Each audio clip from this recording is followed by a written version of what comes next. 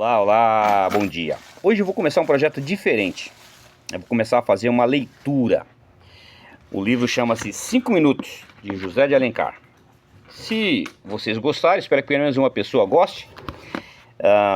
Eu leio depois A Viuvinha também, que é outro romance maravilhoso. 5 Minutos, do José de Alencar. Talvez eu leia um capítulo ou 2 por dia apenas. Vamos ler juntos? Vamos lá, 5 Minutos, José de Alencar. A.D., dedicado a D. É uma história curiosa que vou lhe contar, minha prima. Mas é uma história e não um romance. Há mais de 2 anos, seriam 6 horas da tarde, dirigi-me ao Rócio para tomar um ônibus até Andaraí. Sabe que sou o homem menos pontual que há neste mundo. Entre os meus imensos defeitos e as minhas poucas qualidades, não conto a pontualidade. Essa virtude dos reis e esse mau costume dos ingleses. Entusiasta da liberdade, não posso admitir de modo algum que um homem se escravize ao seu relógio e regule as suas ações pelo movimento de uma pequena agulha de aço ou pelas oscilações de uma pêndula. Tudo isso quer dizer que, chegando ao Rócio, não vi mais ônibus algum. O empregado a quem me dirigi respondeu: partiu há 5 minutos. Resignei-me e esperei pelo ônibus de 7 horas. Anoiteceu. Fazia uma noite de inverno fresca e úmida. O céu estava calmo, mas sem estrelas. A hora marcada chegou o ônibus e apressei-me a ir tomar o meu lugar.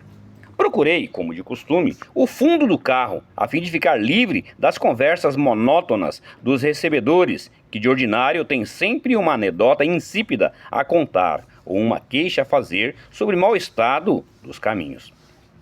O canto já estava ocupado por um monte de sedas que deixou escapar-se um ligeiro farfalhar, aconchegando-se para dar-me lugar. Sentei-me. Prefiro sempre o contato da seda à vizinhança da casimira ou do pano. O meu primeiro cuidado foi ver se conseguia descobrir o rosto e as formas que se escondiam nessas nuvens de seda e de rendas. Era impossível. Além de a noite estar escura, um maldito véu que caía de um chapeuzinho de palha não me deixava a menor esperança. Resignei-me e assentei que o melhor era cuidar de outra coisa. Já o meu pensamento tinha se lançado a galope pelo mundo da fantasia, quando, de repente, fui obrigado a voltar por uma circunstância bem simples. Senti no meu braço o contato suave de um outro braço, que me parecia macio e aveludado como uma folha de rosa. Quis recuar, mas não tive ânimo. Deixei-me ficar na mesma posição. Cismei que estava sentado perto de uma mulher que me amava e que se apoiava sobre mim. Pouco a pouco fui cedendo àquela atração irresistível e reclinando-me insensivelmente. A pressão tornou-se mais forte. Senti o seu ombro tocar de leve meu peito. E a minha mão, impaciente, encontrou uma mãozinha delicada e mimosa que se deixou apertar a medo. Assim, fascinado ao mesmo tempo pela minha ilusão e por esse contato voluptuoso, esqueci-me a ponto que, sem saber o que fazia, inclinei minha cabeça e colei os meus lábios ardentes nesse ombro, que estremecia de emoção. Ela soltou um grito que foi tomado naturalmente como um susto causado pelos solavancos do ônibus e refugiou-se no canto. Meio arrependido do que tinha feito, voltei-me como para olhar pela portinhola do carro e, aproximando-me dela, disse-lhe quase ao ouvido: perdão. Não respondeu. Conchegou-se ainda mais ao canto. Tomei uma resolução heróica. Vou descer, não incomodarei mais. Dita essas palavras rapidamente, de modo que só ela ouvisse, inclinei-me para mandar parar. Mas senti outra vez a sua mãozinha, que apertava docemente a minha, como para impedir-me de sair. Está entendido? Que não resisti e que me deixei ficar. Ela conservava-se sempre longe de mim, mas tinha me abandonado a mão que eu beijava respeitosamente. De repente veio uma ideia. E se ela fosse feia? Se fosse velha? Se fosse uma e outra coisa? Fiquei frio e comecei a refletir. Esta mulher, que sem me conhecer me permitia o que só se permite ao homem que se ama, não podia deixar com efeito de ser feia, e muito feia. Não lhe sendo fácil achar um namorado de dia, ao menos agarrava-se a esse que de noite e às cegas lhe proporcionara o acaso. É verdade que essa mão delicada, essa espádua aveludada, ilusão, era a disposição em que eu estava. A imaginação é capaz de maiores esforços ainda. Nesta marcha, meu espírito, em alguns instantes, tinha chegado a uma convicção inabalável sobre a fealdade de minha vizinha. Para adquirir a certeza, renovei o exame que tentara a princípio. Porém, ainda dessa vez, foi baldado. Estava tão bem envolvida no seu manto e no seu véu que nem um traço do rosto traía o seu incógnito. Mais uma prova. Uma mulher bonita deixa-se admirar e não se esconde como uma pérola dentro da sua ostra. Decididamente era feia, enormemente feia. Nisto, ela fez um movimento entre abrindo o seu mantelete e um bafejo suave de aroma de sândalo exalou-se. Aspirei voluptuosamente essa onda de perfume, que se infiltrou em minha alma como um eflúvio celeste. Não se admire, minha prima, tenho uma teoria a respeito dos perfumes. A mulher é uma flor que se estuda, como a flor do campo, pelas suas cores, pelas suas folhas e, sobretudo, pelo seu perfume.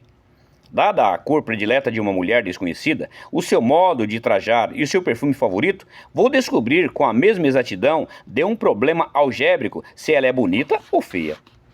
De todos esses indícios, porém, o mais seguro é o perfume, e isso por um segredo da natureza, por uma lei misteriosa da criação que não sei explicar. Por que é que Deus deu o aroma mais delicado à rosa, ao heliotrópio, à violeta, ao jasmim, e não a essas flores sem graça e sem beleza que só servem para realçar as suas irmãs?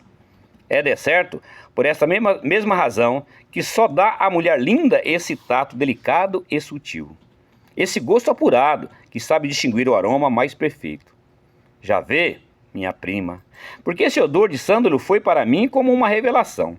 Só uma mulher distinta, uma mulher de sentimento, sabe compreender toda a poesia deste perfume oriental, desse actices, do olfato que nos embala nos sonhos brilhantes das 1001 noites, que nos fala da Índia, da China, da Pérsia, dos esplendores da Ásia e dos mistérios do berço do sol.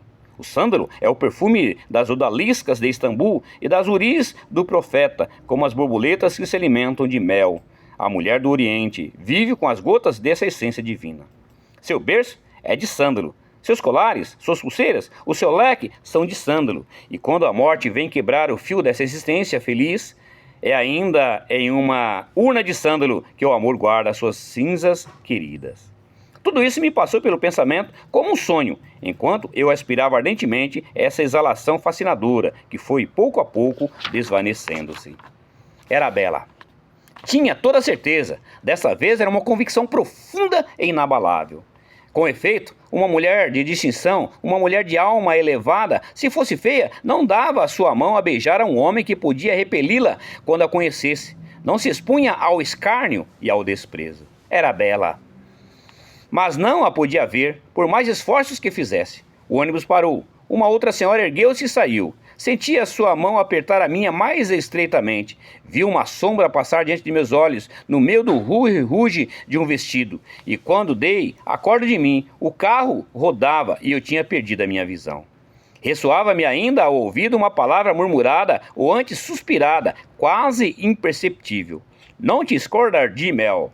Lancei-me fora do ônibus, caminhei à direita e à esquerda, andei como um louco até 9 horas da noite e nada. Não te escorda de mel, não se esqueças de mim. Essa foi a palavra que ela me disse. E assim terminamos o capítulo 1. Espero que você goste da leitura. Se gostar, deixe um comentário e eu farei a leitura do capítulo 2. Que Jesus Cristo te abençoe.